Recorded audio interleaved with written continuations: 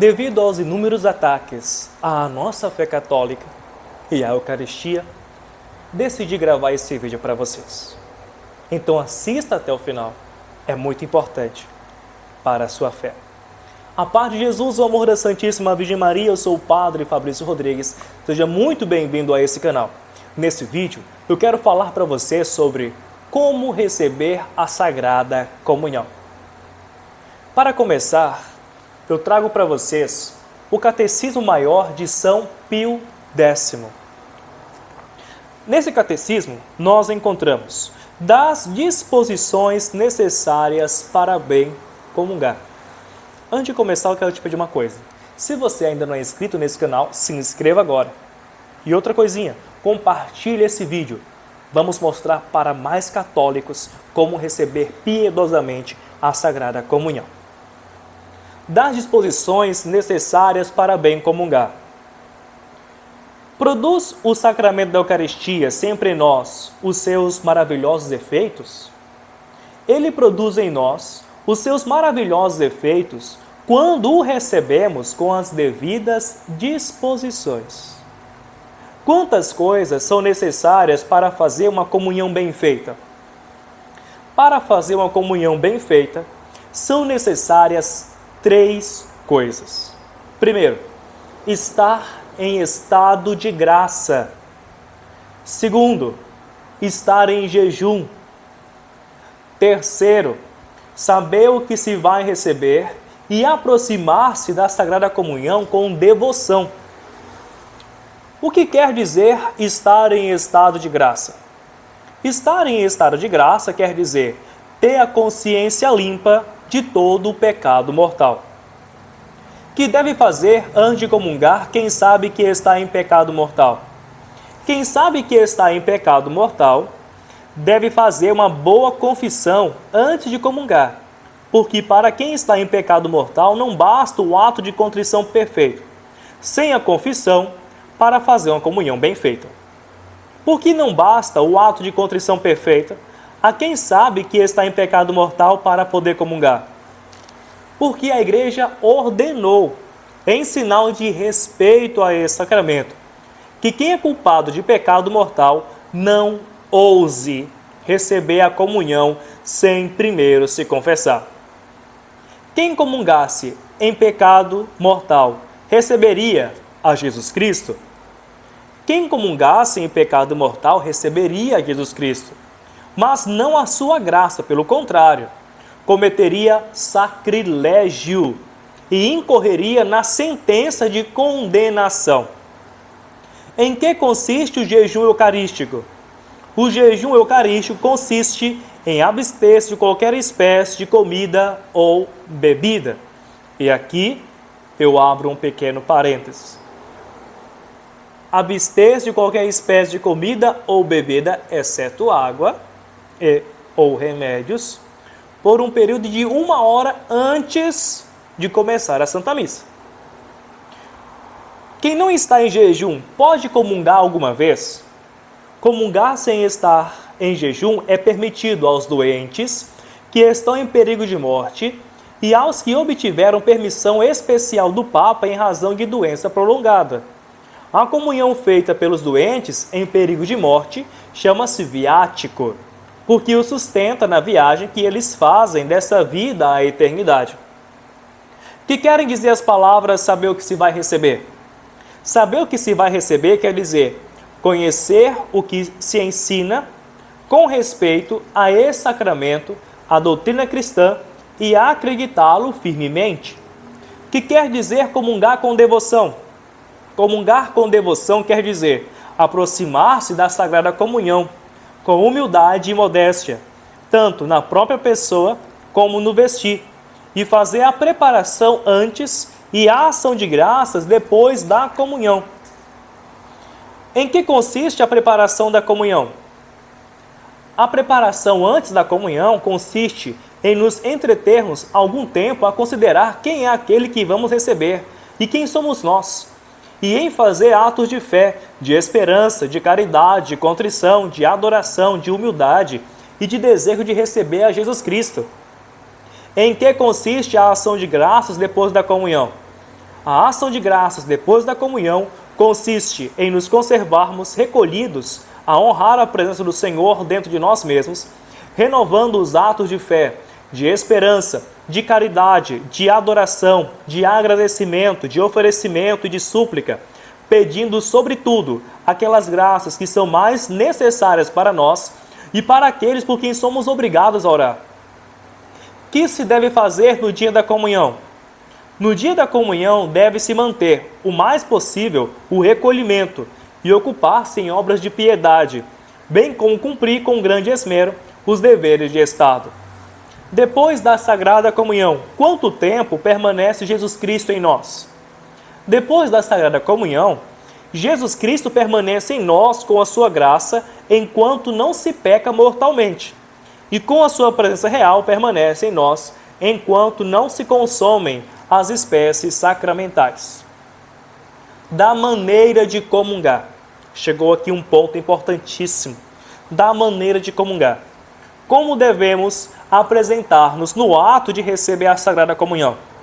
No ato de receber a Sagrada Comunhão, devemos estar de joelhos, com a cabeça medianamente levantada, com os olhos modestos e voltados para a Sagrada Hóstia, com a boca suficientemente aberta e com a língua um pouco estendida sobre o lábio inferior. Então, como vocês puderam ver e ouvir, a maneira de receber a Sagrada Comunhão é de joelhos e receber a Sagrada Comunhão diretamente na boca. Diretamente na boca. Veja o que ensina a instrução Redemptionis Sacramento, documento que determina aspectos que se deve observar e evitar acerca da Santíssima Eucaristia. Os fiéis comunguem de joelhos ou de pé, de acordo com o que estabelece a Conferência dos Bispos, com a confirmação da Sé Apostólica. Quando comungarem de pé, recomenda-se fazer, antes de receber o sacramento, a devida reverência, que devem estabelecer as mesmas normas. Na distribuição da Sagrada Comunhão, se deve recordar que os ministros sagrados não podem negar os sacramentos a quem os pedem, de modo oportuno, e estejam bem dispostos e que não lhes seja proibido o direito de receber. Por conseguinte, qualquer batizado católico, a quem o direito não o proíba, deve ser admitido à Sagrada Comunhão. Assim, pois, não é lícito negar a Sagrada Comunhão a um fiel, por exemplo, só pelo fato de querer receber a Eucaristia ajoelhado ou de pé. Veja que importante. Não é lícito negar a Sagrada Comunhão a um fiel só pelo fato de querer receber a Eucaristia ajoelhado. Mas aí alguém poderia dizer: ah, padre, mas e em tempos de pandemia? Será que em tempo de pandemia não se pode negar a Eucaristia para um fiel que deseja comungar ajoelhado, visto o risco que nós vivenciamos nesse tempo de pandemia? Vamos lá.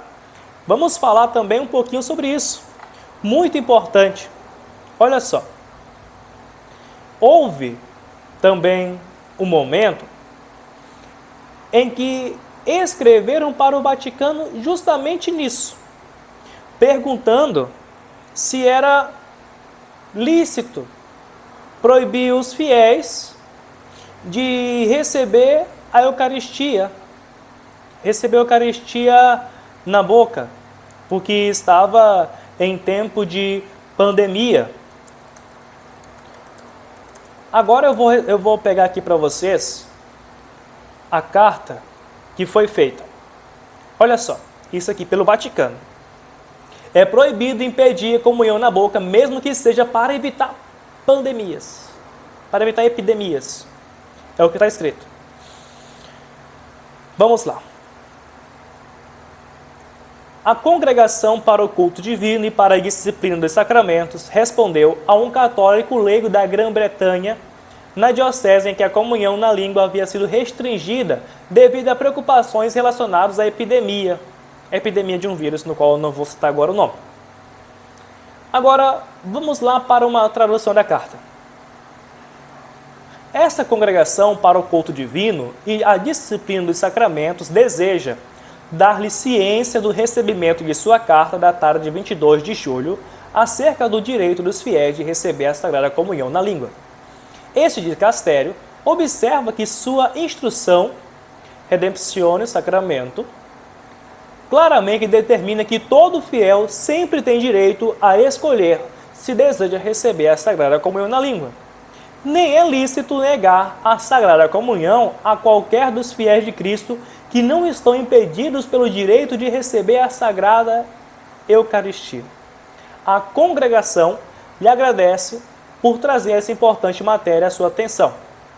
Esteja assegurado que os apropriados contatos serão feitos. Veja, que mesmo em tempos onde há um risco, é ilícito, não se pode proibir o fiel de receber a comunhão na boca. Ninguém pode proibir um fiel de receber a comunhão diretamente na boca. Mas eu vou continuar lendo para vocês aqui.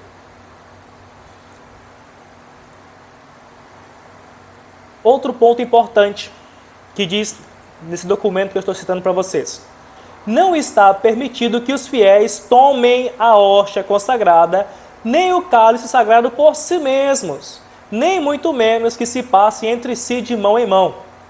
Nessa matéria, além disso, deve-se suprimir o abuso de que os esposos, na missa nupcial, administrem-se de modo recíproco a Sagrada Comunhão. Veja o que diz aqui. É proibido aquela comunhão no qual o ministro entrega a hóstia para o fiel e o fiel vai lá no cálice, mergulha a hóstia no sangue de Cristo e comunga. É proibido fazer isso. Não está permitido que os fiéis tomem a hóstia consagrada, nem o cálice sagrado. Então, não se pode, essa comunhão que o povo chama de comunhão self-service, né? Cada um vai lá, da Eucaristia comum, não é permitido esse tipo de comunhão. Mas vamos continuar aqui. Se por um lado, olha só, isso aqui é muito importante. Se por um lado a comunhão na boca e de joelhos é sempre recomendada, ao passo que a comunhão nas mãos pode ser proibida. Olha que interessante. A comunhão na boca não pode ser proibida em hipótese alguma. Mas a comunhão na mão pode ser proibida. A comunhão na mão pode ser proibida em situações em que haja o risco de profanações. As pessoas que recebem a comunhão na mão, em geral, não fazem a purificação das mãos no momento que antecede a missa, ou até mesmo após lidarem com o dinheiro durante o rito das oferendas. Portanto, quando as pessoas vão receber a Sagrada Comunhão, normalmente estão com suas mãos impuras, com as mãos sujas. Portanto, com suas mãos impuras, tocam no sacratíssimo corpo e sangue de Jesus. Além de estarem com as mãos impuras, existe o terrível costume das pessoas que recebem a Sagrada Comunhão nas mãos e não verificam as mãos após comungarem, para verificar se restaram partículas nas mãos. E com frequência, essas pequenas partículas são lançadas ao chão e são vítimas de profanação grave. A própria liturgia obriga o uso da patena no momento da distribuição da comunhão, já com o cuidado para que nenhuma partícula se perca. Veja, mais uma coisa importante, para que nenhuma partícula se perca, é importante que o fiel receba a comunhão na boca. E aí, quem está ajudando o ministro na hora da distribuição da comunhão, no caso o coroinha ou o ministro, segura uma patena para que não caia partícula no chão e o lugar que seria de adoração torne-se lugar de profanação de Jesus. Nós estamos, sim, ensinando os fiéis e levantando aqui uma hashtag pela comunhão de joelhos e na boca. Aconselhamos todos a acolherem a orientação da igreja que diz: onde houver perigo de profanação, não se dê a comunhão na mão. Então, vamos comungar de maneira mais digna de Jesus. O inimigo, ele quer tirar a fé na Eucaristia. Ele quer tirar a piedade dos fiéis da Eucaristia. E aí ele quer fazer com que os fiéis comunguem de qualquer jeito. Isso é obra do inimigo para tentar destruir a fé dos filhos de Deus. A exemplo do que ensinou o anjo de Portugal, por ocasião das aparições de Nossa Senhora em Fátima, quando se prostrou diante do Santíssimo Sacramento, do corpo e sangue de Deus, ensinando as crianças a fazer o mesmo. Procuremos tratar Jesus com todo respeito, reverência e adoração. Procuremos seguir o que diz a palavra de Deus. Diante do nome de Jesus, todo joelho se dobre. Se o fiel está em estado de graça, sem pecado mortais, ele pode comungar e na boca, ajoelhado, se ele quiser. A comunhão na boca é direito verdadeiro e próprio do fiel, ao passo que a comunhão na mão é um mero indulto. É o que nos diz ainda o número 92 da Redemptione Sacramento, cuja tradução para o português ficou um pouco truncada e incompreensível. Diz o texto: todo fiel tem sempre direito a escolher se deseja receber a Sagrada Comunhão na boca, ou se o que vai comungar quer receber na mão o sacramento. Portanto, ninguém pode negar a Sagrada Comunhão ao fiel que a peça diretamente na boca, a não ser que ele esteja impedido pelo direito. Caso em que ele não pode comungar nem na mão, nem de jeito nenhum. Se um fiel católico pode comungar, então ele pode comungar na boca, ajoelhado. É a lei da igreja. Ninguém pode proibir um fiel de comungar na boca. Então, eu queria deixar esse vídeo para vocês, principalmente para mostrar que o inimigo está fazendo constantes ataques à piedade eucarística, à Eucaristia. Porque ele sabe que, tirando a fé da Eucaristia, muitos vão deixar de ser católicos. Muitos vão perder a salvação. Então eu te peço uma coisa, pega esse vídeo agora, compartilha com mais pessoas. Vamos levantar os fiéis para uma maior piedade eucarística, pela comunhão na boca, pela comunhão ajoelhado. Deus abençoe a todos. Salve Maria Imaculada.